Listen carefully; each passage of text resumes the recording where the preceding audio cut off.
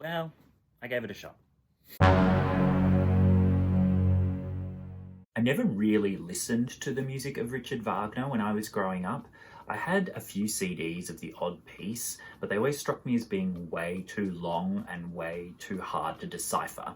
I would always listen out for clarinet moments, and usually most of the pieces would start with long introductions with the strings, and I was like, where's the clarinet? Why hasn't it played yet? I'm not interested in this, and I never really gave it any time of day.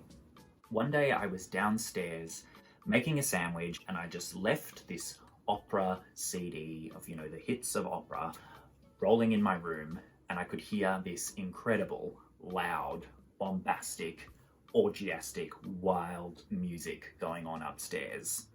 I ran upstairs and I discovered it was playing the Immolation Scene from Götterdämmerung.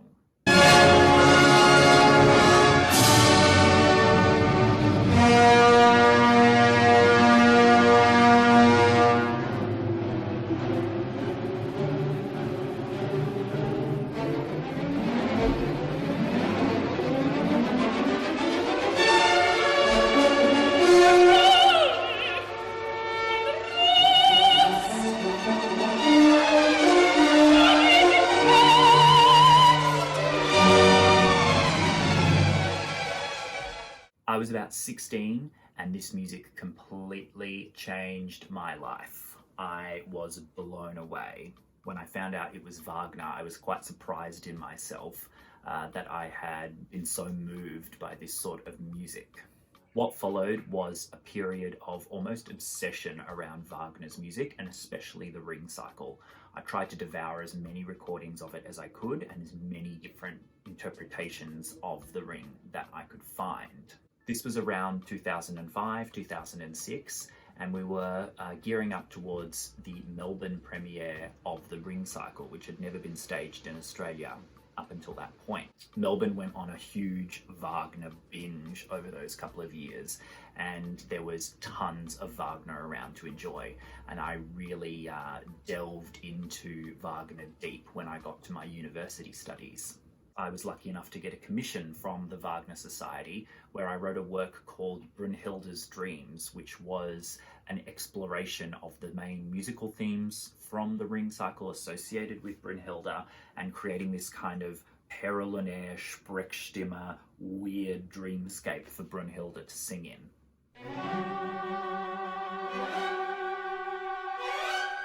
Why talk about Richard Wagner, a composer that's been dead for more than 100 years? I would say that nearly everybody has been affected by Wagner. Have you been to the cinema? Have you sat through a movie like Star Wars? Then you have been affected by the legacy of Richard Wagner. He was a composer that wrote giant, epic, huge German operas. We're talking massive lengths, we're talking complex characters, complex stories, and huge orchestras.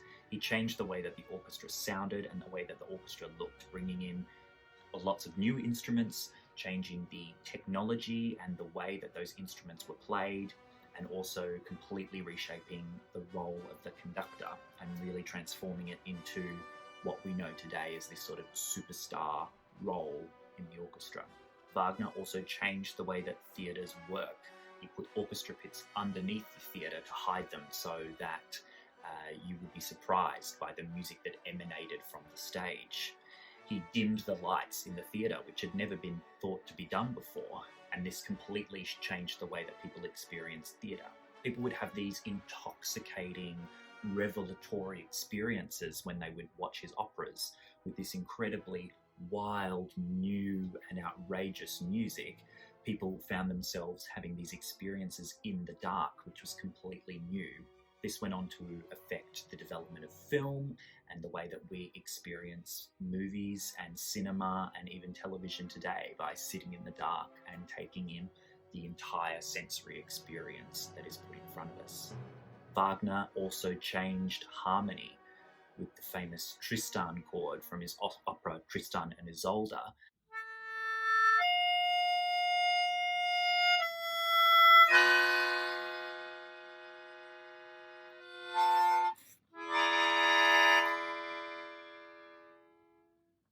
Wagner freed harmony and a way of thinking about harmony, which led to the developments of composers like Gustav Mahler, Arnold Schoenberg, and I would argue eventually the liberation into modal music, popular music, and now the freedom that we experience to enjoy and write varying different types of harmonies today. If you read about the premieres of Wagner's operas, what you'll find is that people spoke about them in these completely new and transformative ways. People had never sat through operas of that length, with that type of music, with this all-encompassing element to them. People were used to theatre and artistic experiences being a very different presentation to the way that Wagner did them. A lot of the people that experienced these operas went on to write great pieces of literature, philosophy, visual art, theatre. Every corner of European creative endeavour was almost touched by what Wagner did and the way that Wagner changed opera. This was all tied up around the Franco-Prussian War and a rise in German nationalism. Wagner was incredibly passionate about being a German composer and really saw himself as the torchbearer for a great German tradition as opposed to the French and Italian traditions that were very popular at the time. However, for all these amazing changes and huge steps forward for music and technology, Wagner said some pretty terrible things.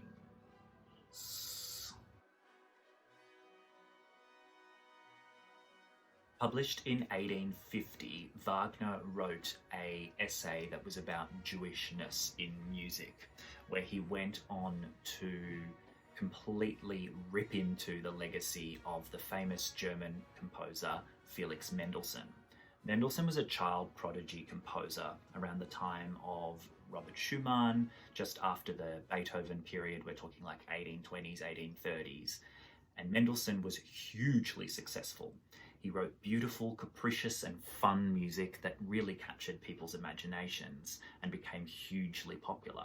Mendelssohn was Jewish and suffered a lot in his own lifetime from the anti-Semitism that was ripping its way through Europe, but Wagner really took it to a new level.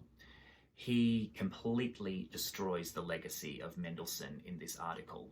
It's also easy to argue that it was purely because he was jealous of Mendelssohn's legacy and wanted to be as popular and as rich as Mendelssohn was off the back of his success. The other Jewish composer that Wagner really rips into in this document is the opera composer Meyerbeer, who was a German composer but had very good success in Paris. Paris was probably the leading opera house at the time. We're talking around the period of Napoleon III. So huge amounts of money, huge amounts of sumptuous costumes and big grand opera productions were being done, often in the Italian style. So Rossini is a good example of that. Rossini was hugely popular at the time, and Meyerbeer was writing in a similar style. Wagner went to Paris and tried to create his own operas that were in this style, in this Italian style, to try and get success at the Paris Grand Opera, but he never got that success. And so this article is often thought about, yes, on the one hand as being an anti-Semitic document full of really disgusting racism, but also perhaps it was Wagner's way of just trying to get back at the people that were more successful than him. And in this way, he paints him as this sort of brat. Mixed into this period, you've got the Franco-Prussian War between France and Germany, the rising unification movement of Germany. So Germany was a series of small, tiny states and countries and cities. And they were unifying into the German nation. And if you know your history, you'll know that it was pretty soon after that that a rising nationalism led to the First World War. Mixed into this, of course, is the racial miscegenation and the sort of wild wackadoo theories around racial hierarchy, racial purity, and those sorts of things that were rife in Europe at the time. So this piece that Wagner writes, Jewishness in Music, can be read as being a piece of awful anti-Semitism, but it is also a historical document that tells us a lot about anti-Jewish sentiments, not only in music, but in German culture and European culture in general at the time. I should also say that Wagner was friends, colleagues, and worked with a lot of Jewish musicians and theatre practitioners and so forth. So he certainly wasn't completely anti-Semitic across the board. But if you read these documents, which, look, to be honest, I've read them. I don't think you need to. They're quite disgusting. But if you do read them, you do get a very strong sense of the hate that he had towards this group. Aside from these disgusting, awful racist writings, Wagner also had some very questionable life choices and morals, shall we say. This includes many instances of cheating on both his wives, including with his first wife on his second wife. She was the wife of the famous conductor Hans von Bülow and the daughter of the composer Liszt. Von Bülow was a big supporter of Wagner's and conducted a lot of his music. When he found out, though, that Wagner was bonking his wife, he got very angry and left the Wagner circle and started conducting the music of his nemesis, Johannes Brahms. The other aspect of Wagner which gets a little questionable for me is his relationship with the King of Bavaria, Ludwig II, who, let's just say, was maybe not the most mentally stable of people. Ludwig famously bankrupted the entire state of Bavaria by building these beautiful, picturesque fairy tale Disney castles in the Bavarian Alps. Wagner somehow got his claws into this poor regent, and he managed to secure huge sums of money to build a new theatre in the city of Bayreuth. It is at Bayreuth that a lot of the technological advances I spoke about, hiding the orchestra under the stage, dimming the lights, creating theatres where seating was in the round rather than directly in front of the stage, were created. In the lead up to the First World War, Wagner's music was often used by the German state as a tool of propaganda and a way to describe and enshrine German artistic expression. This continued throughout the 1920s and, of course, famously by the Nazi Party during their regime in the 1930s and 40s. Wagner these days often is associated with the Nazi regime and is to an extent a guilt by association. We have this document from Wagner and a few other instances of anti-Semitism in his writings, his personal writings and essay writings, but it's still a little unclear how much Hitler knew about this before he wrote documents like Mein Kampf. Did he listen to the music and love it and enshrine it as important parts of German culture off the back of these anti-Semitic writings? Or did that just happen to be a happenstance that Wagner had written these writings and Hitler had taken the music and twisted it to his own will? Mein Kampf has some slight suggestions to the Jewishness in music essay, but it's still unclear how much Hitler knew this essay and whether he was really quoting Wagner. As the anti-Semitic policies of the Third Reich got deeper and deeper entrenched in the country and got more and more grotesque and awful, the writings of Wagner did become a little more central to the philosophies of the culture industry, the culture ministry that was taking control over German music making.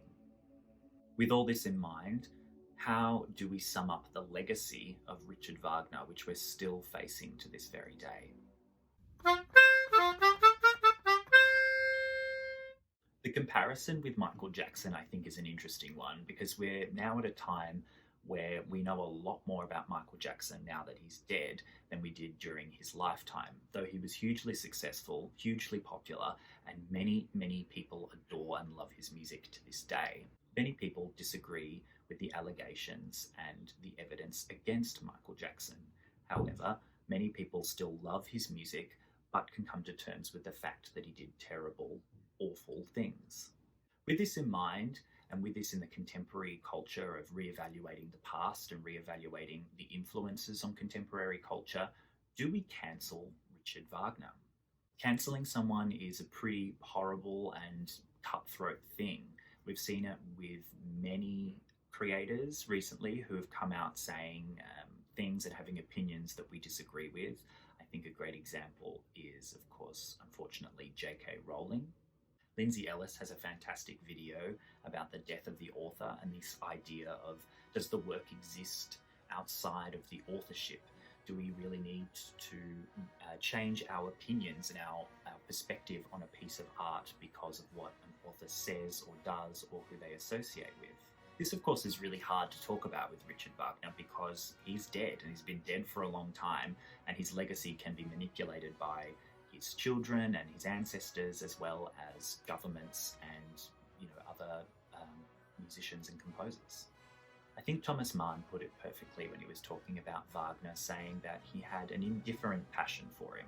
He liked the music, he enjoyed some of the sounds and thought there was beautiful aspects to the music, but he didn't really want to have anything to do with the person. And I think that, for me, is the best way to move forward. I like Wagner's music, I listen to Wagner's music, but I also can't get away from these terrible things that he wrote. I don't think we should never perform his music. Many people have described him as being the Shakespeare of opera. He's incredibly important and incredibly groundbreaking for so many reasons. So we can't just throw the baby out with the bathwater. But I think we do need to acknowledge this terrible legacy, these terrible things that he said, and somehow move forward from there.